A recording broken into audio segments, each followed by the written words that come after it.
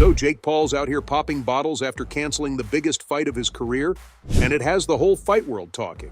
Yeah, the YouTuber turned boxer just pulled a fast one on us by pulling the plug on his mega fight with Mike Tyson.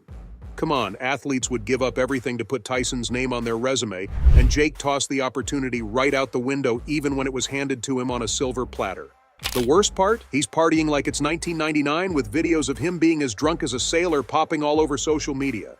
It was a massive blow for boxing fans and, let's be real, probably for Jake Paul's bank account too. So the problem child living his best life instead of trying to put together another $1 million fight isn't sitting right with any of us. Let's break it down.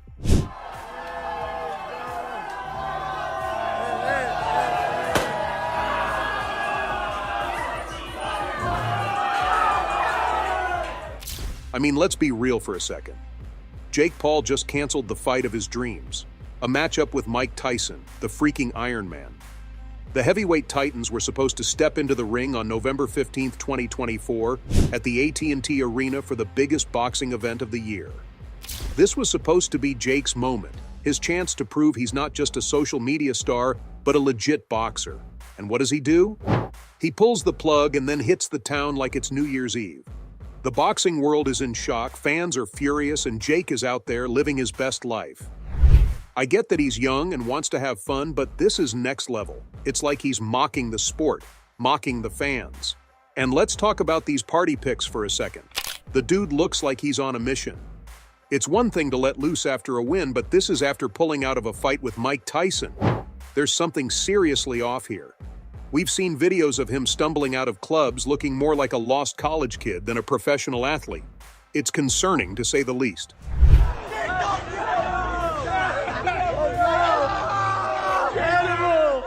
It's not just the timing of Jake's partying that's raising eyebrows. It's also the scale of it.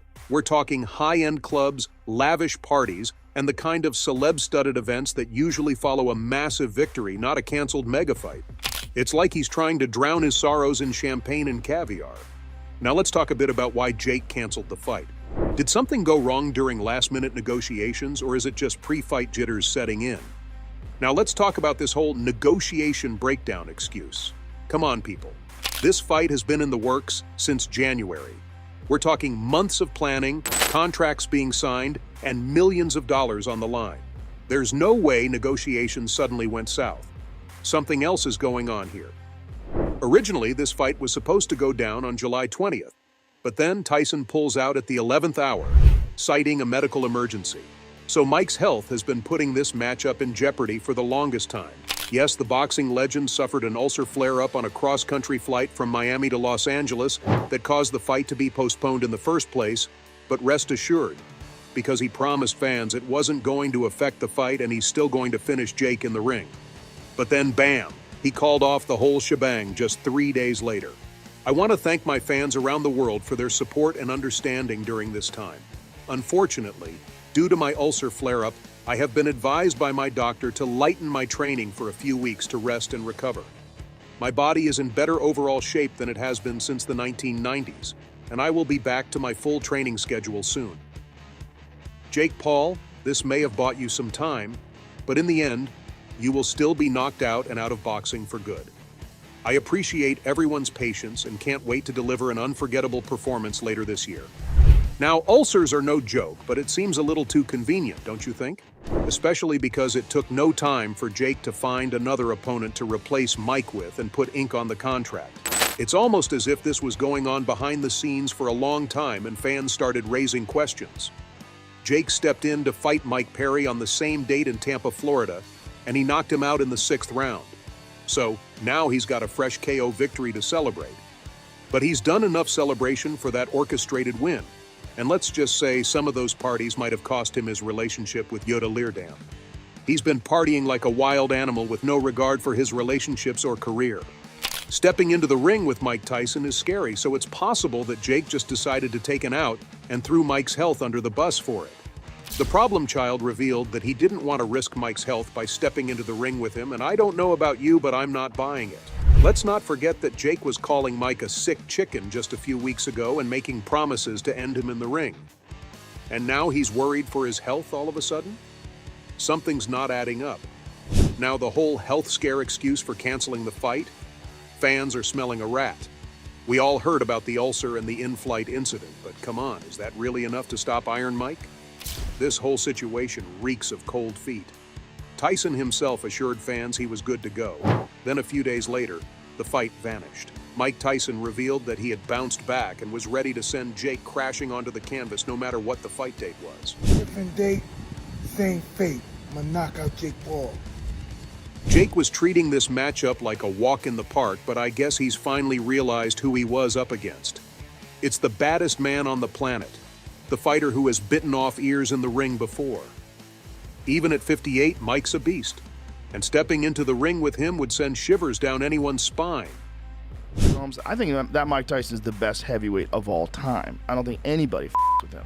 The fight world had been warning Jake to give this fight second thoughts, and when he did, this man decided to run away as far as he could and drown it all out with a bottle of champagne. You don't just wake up one day and decide you want to step into the ring with Mike Tyson, especially when you're Jake Paul and have only been boxing for a couple of years. This announcement sent the entire fight world into a frenzy, and if you're one of the few who didn't already hate Jake Paul, I'm sure this fight announcement changed that for you. Don't get me wrong, I get that the kid is a good boxer, but knocking out a couple of retired MMA stars and basketball players doesn't mean you challenge the baddest man on the planet.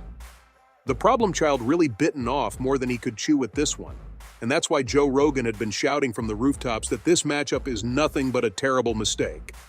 Now let's talk about Jake Paul's ego. After knocking out Mike Perry, the guy was walking around like he invented boxing.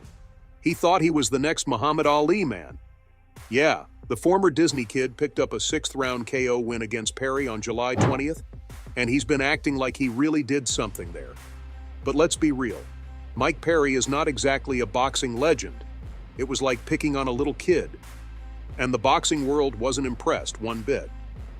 Legends like Oscar de la Hoya said, Jake Paul is a circus act, and Eddie Hearn, the boxing boss, called him out for lacking real boxing skills. It's like everyone slapped him in the face with reality. This gotta be messing with Jake's head, especially when you consider the Mike Tyson fight. Tyson is a different animal. We're talking about a guy who was the youngest heavyweight champion in history, a knockout machine who dominated the ring for years. Tyson is a force of nature. Jake Paul going up against him is like a chihuahua trying to fight a lion. I think Jake's starting to realize that maybe, just maybe, he took more than he could handle. But you know Jake, even after canceling this mega fight, he's trying hard to stay in the spotlight. It's like Jake is actively trying to create this bad boy persona. Between the partying, the trash talk, and now the whole Mike Tyson situation, it's clear he's playing a character. We've seen this movie before, fight fans. Conor McGregor, star in MMA, he climbed from the depths of poverty to the pinnacle of combat sports and became one of the biggest PPV stars. Remind you of Jake yet? His fights were must-watch TV. The man could talk trash like nobody's business, and he backed it up in the cage. Remember that iconic knockout over Jose Aldo? Or that epic battle with Nate Diaz? The world was at his feet. But then came the injuries, and with them, a downward spiral. Instead of focusing on recovery, Conor became more interested in partying, promoting his whiskey brand, and getting into trouble. We saw him everywhere, clubs, bars, even getting into a brawl with a fan. Conor stirred the pot to stay in the spotlight, and let's just say that it didn't end well. It's like Conor traded his fighting gloves for a bottle of whiskey. And in the end, the UFC lost its biggest star, and the sport suffered. Now, I'm not saying Jake Paul is Conor McGregor, but there are some serious similarities. Jake isn't a champion or a legend, but he has built a pretty good career in boxing for someone who started out as a YouTuber and a Disney star. He has picked up KO wins and is successfully selling million-dollar fights in the fight world. Love him or hate him, you can't deny that he's making buzz. So there you have it, fight world. That's all I have for you today. What are your thoughts on Jake partying his career away? Make sure to fill the comment section with your thoughts. Don't forget to hit that like button and subscribe to the channel for more boxing news. See you in the next video.